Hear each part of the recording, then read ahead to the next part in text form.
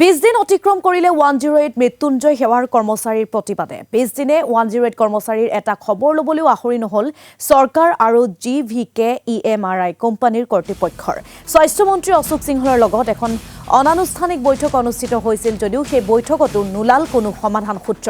20 দিনৰ ধাৰাবাহিক প্ৰতিবাদৰ পাছত গুৱাহাটী প্ৰেছ ক্লাবত সংবাদমেল 108 মৃত্যুঞ্জয় কৰ্মচাৰী সন্থাৰ 108 কৰ্মচাৰীসকলৰ দাবী যদি পূৰণ নকৰে তেনেহলে 3000 কৰ্মচাৰীক গুলিয়াই মাৰিবলৈ আহ্বান 108ৰ প্ৰতিবাদী কৰ্মচাৰীসকলৰ GVK EMRI কোম্পানীক নাকি লগাবলৈ দাবী কৰ্মচাৰীসকলৰ GVK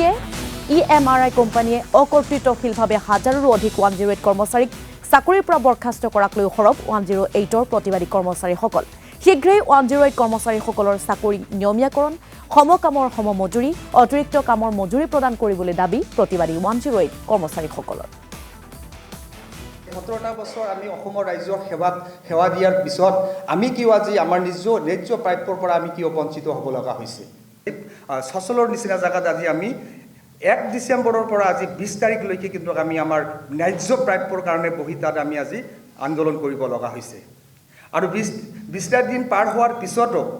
অসম চৰকাৰৰ কোনো প্ৰতিনিধি বা NRSMৰ ফালৰ পৰা কোনো প্ৰতিনিধি বা আমাৰ GVK EMRI নামৰ যে কোম্পানীটো এই অসমৰ এই জনসাধাৰণৰ যে মৃত্যুঞ্জয় সেৱা আগবঢ়াইছে আমাৰ বিভাগীয় কৰ্তৃপক্ষ কোনো ধৰণৰ আমাক সঁহাৰি জনোৱা নাই কিন্তু স্বাস্থ্যমন্ত্ৰী মহোদয়ে আমাক তেনেকুৱা ধৰণৰ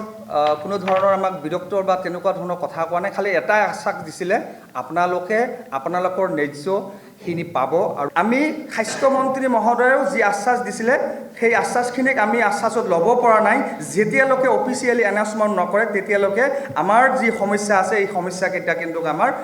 সমাধান নোহোৱালৈকে আমি ইয়াত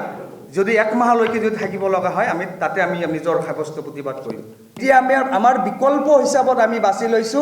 যদি আমাক পেটে ভাতে মাৰা হয় তাতকৈ আমি আমাৰ অসম চৰকাৰৰ অনুৰোধ জনাম আমাক একেবাৰে প্ৰতিবাদস্থলীত 3000 কৰ্মচাৰীক বুকুত একেবাৰে বন্দুক থৈ আমাক মাৰি পেলাওক যদি আমি পেটে ভাতে মৰিব লগা হয় কাৰণ আমি আমাৰ পৰিয়ালৰ লগত আমি জড়িত